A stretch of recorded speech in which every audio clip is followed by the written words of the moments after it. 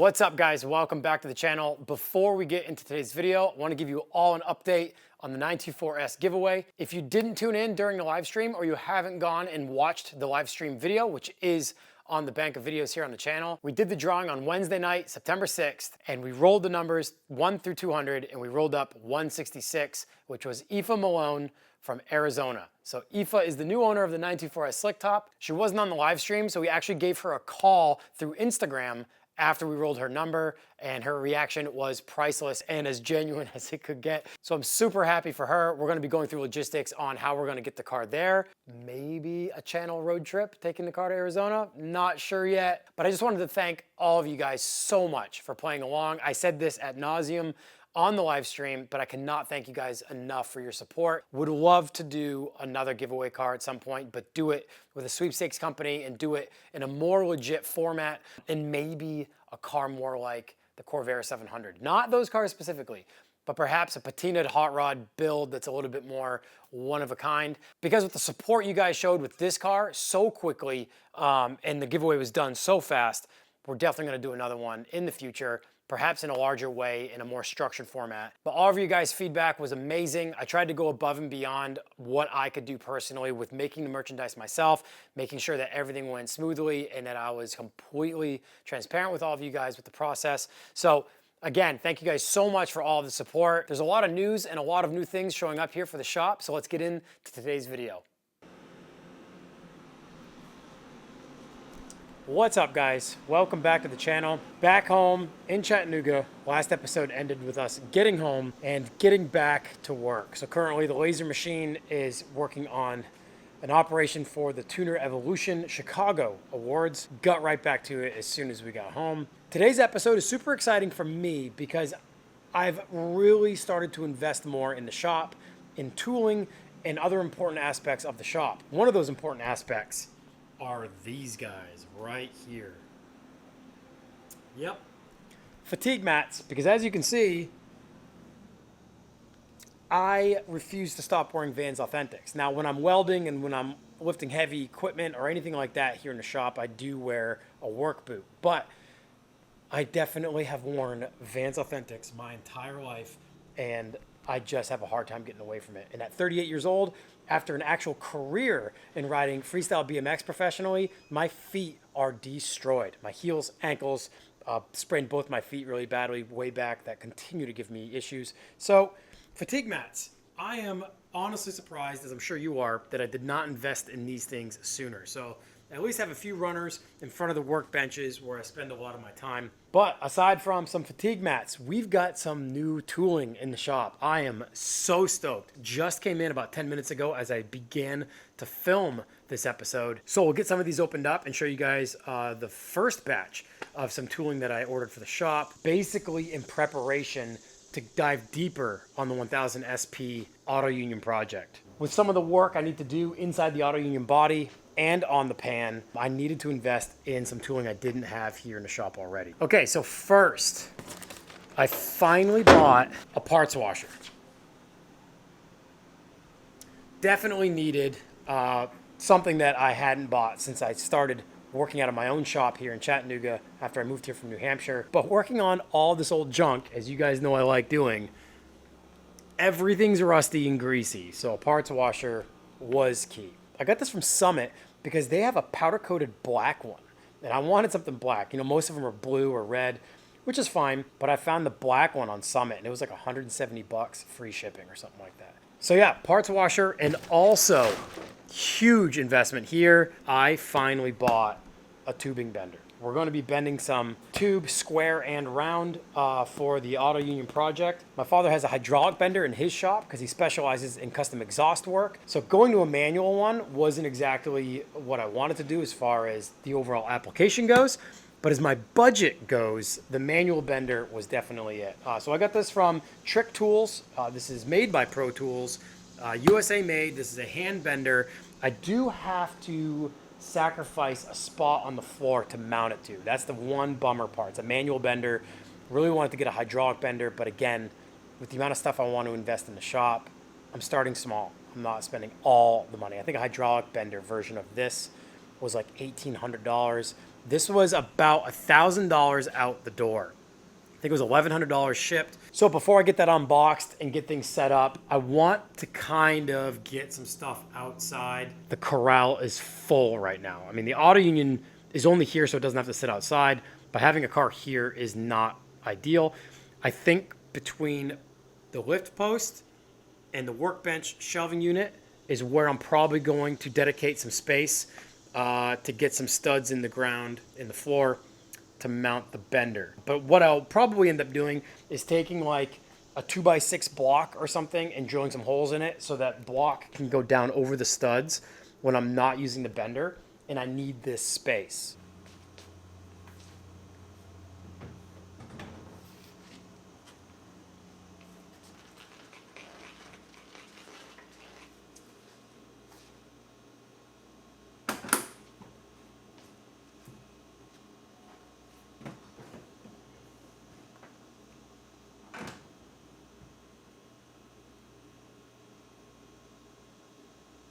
You gotta be kidding. I literally just got stuck. No way. Battery's disconnected. So I can't even start it.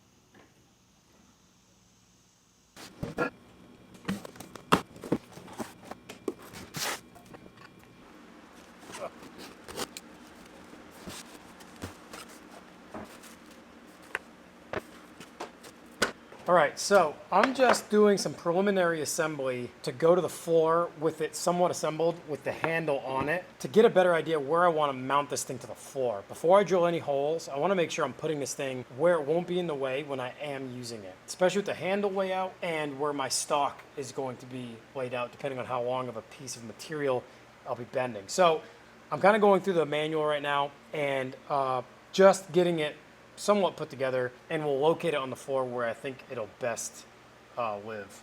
So these are made in America, and I've already noticed that everything on it is in standard, which is great.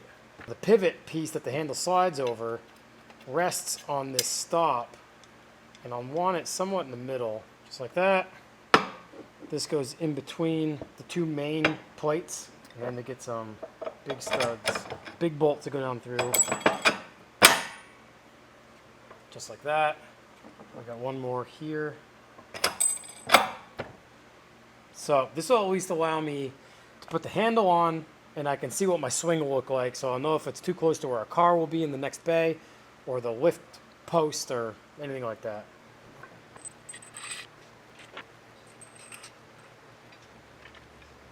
All right, so I got the thing basically assembled to where I can articulate its range of motion and have kind of put it in a place where I think I'm going to want it. So basically, when I start a bend, my handle will be out there, my stock is going to go that way. If I've got a long piece of stock, that won't be in the way. And the handle, which is real long because it's manual, you need all the leverage you can get. At full swing, which would be about here, we're not touching the workbench and you can still kind of stand here with it. This is what I wanted to do before I started drilling holes in the floor, so I could kind of get an idea what kind of space it would take up.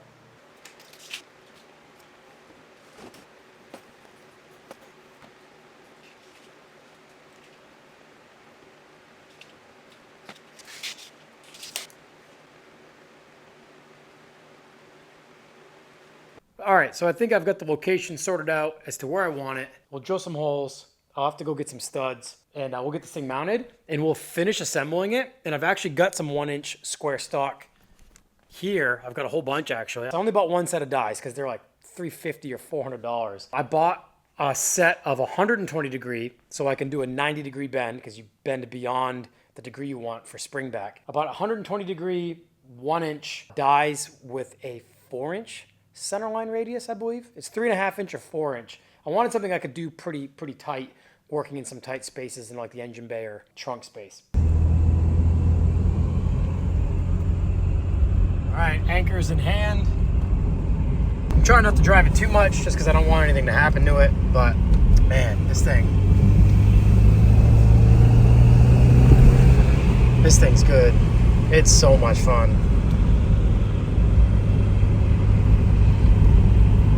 Luckily there's an Ace Hardware right down the street from my house, so it takes probably 1 minute to get there.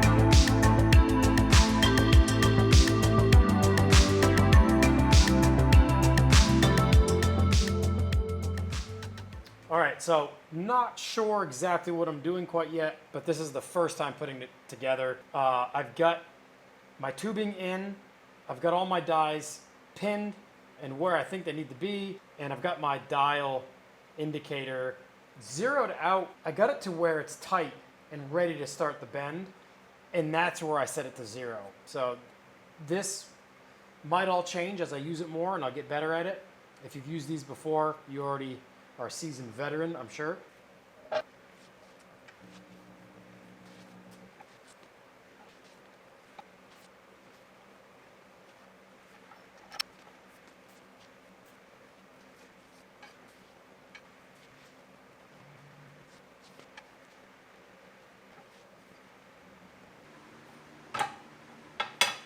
All right. We're pretty close to 90 degrees. This is the tallest speed square I have in the shop at the moment. I'm holding it down maybe a little bit more than 90. It does look like it's pretty much in the center of that stock. So that's the first bend. I mean, you can tell that it kind of concaves the inside on the square stock. You can see where it starts there. Does the same on the outside. First bend was successful. Those 3 lags, more than enough to hold that thing in place, which is great. Yeah, that's our first bend. A full 90 degree. Now that we're done bending, gonna pull the cars back inside. And since the shop is currently full with the cars I wanna keep inside, we're gonna end up moving this thing from its position and just kind of tucking it away until the next time I need to use it. All right, guys, well, the tubing bender is pulled up, cars are pulled back in, and I'll find a place to essentially store this thing. The new parts washer is assembled, and super stoked that it's black. But that's it for this episode, guys. Just a shop update. Big things on the horizon, big things happening now. I can't thank you guys enough for all of the support and for the 924S giveaway, for buying all the keyring sets and selling it out in under 24 hours. You guys are the best. Can't wait to connect with you. Even though I'm talking from the past to you in the future, the live stream's already done. But get excited as I am on the Auto Union 1000 SP. We're going to be diving into this thing. Want to gain some ground. Thank you guys so much for all of your support and for watching. Remember to like, comment, and subscribe to the channel. Hit the notification bell, and I'll see you in the next episode.